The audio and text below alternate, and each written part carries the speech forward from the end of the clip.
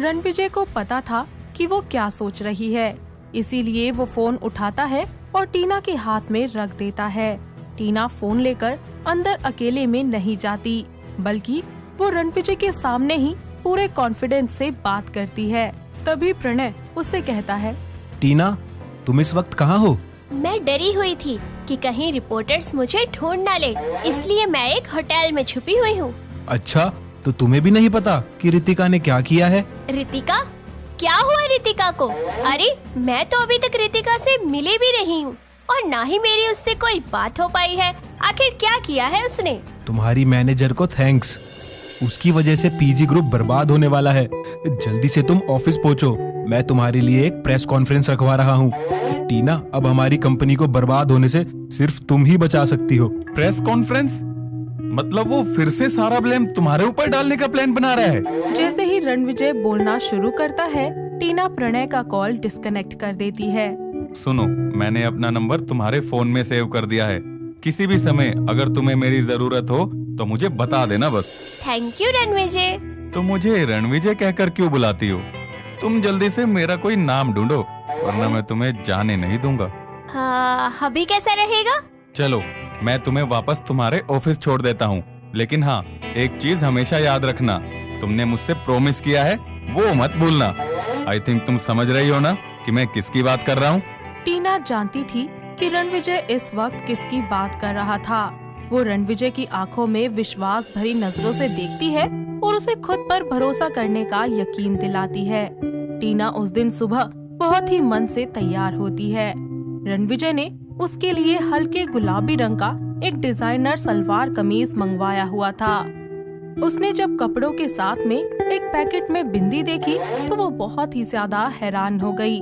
वो तैयार होकर जैसे ही बाथरूम से आती है तो रणविजय उसे देखकर हल्की सी सीटी मारता है और कहता है, you are looking very beautiful my dear wife. Thank you my dear hubby. अब चलो भी।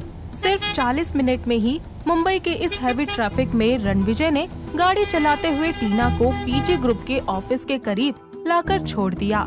रणविजय शांति से बैठकर टीना के हर मूव को देख रहा था। वो देखना चाहता था कि टीना कैसे पूरी बाजी पलटते हुए खुद को टॉप मॉडल की पोजीशन पर पहुंचाती है। रणविजय की कार से बाहर निकलने के बाद टीना पीजी ग्रुप की बिल्डिंग में एक सीक्रेट रास्ते से दाखिल हो जाती है। पीछे के गेट पर बैठे गार्ड ने आज सलाम तो दूर बल्कि अजीब से एक्सप्रेशंस के साथ उसके मुंह में रखे पान को बगल के डस्टबिन में थूक दिया। अंदर एंट्री करते ही वहाँ के स्टाफ ने टीना को पहचान लिया था। सभी उसे कुछ अजीब सी नजरों से देख रहे थे। ये तो सभी को लग रहा था कि रितिका ने जो कुछ भी किया है उसके पीछे टीना का ही हाथ है। टीना ने सबको इग्नोर करते हुए सीधा प्रणय के कमरे का दरवाजा खोल दिया। प्रणय उस समय विंडो के बाहर शहर को देखने में मग्न था। जैसे ही वो दरवाजा खुलने की आवाज सुनता है, वो अपना फेस टीना की तरफ घुमाता है और उससे कहता है, तो तुम वापस आ गई? क्या हुआ? आज कुछ अलग लग रही हो तुम। ये सलवार कमीज एंड ये बिंदी।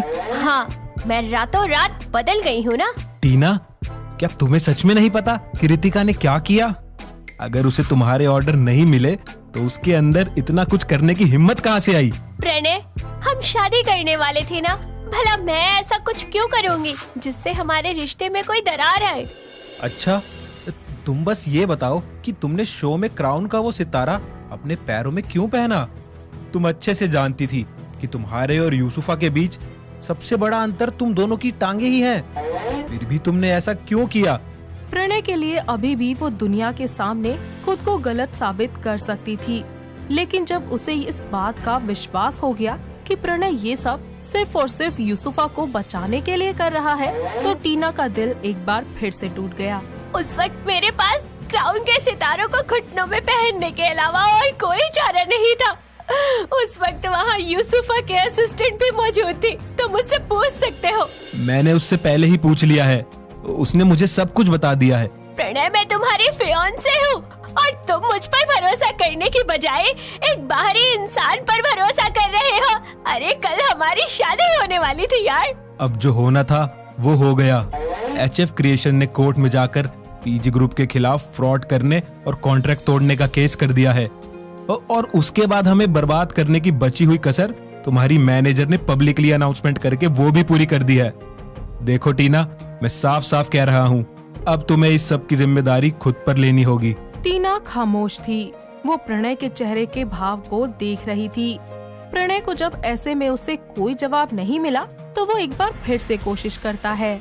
देखो टीना, हम जल्दी ही शादी करने वाले हैं, तो मैं नहीं चाहता कि मेरी होने वाली बीवी की वजह से मेरे करियर पर कोई असर हो। इसलिए टीना, इस कंपनी को बचाने के लिए तुम्हें खुद सारी जिम्मेदारी लेकर पब्लिकली अनाउंस करना होगा कि तुम्हारी मैनेजर ने तुम्हें फेमस करने के लिए ये सब किया था। और हाँ, इसके पीछे पीजी ग्रुप का कोई हाथ नहीं था।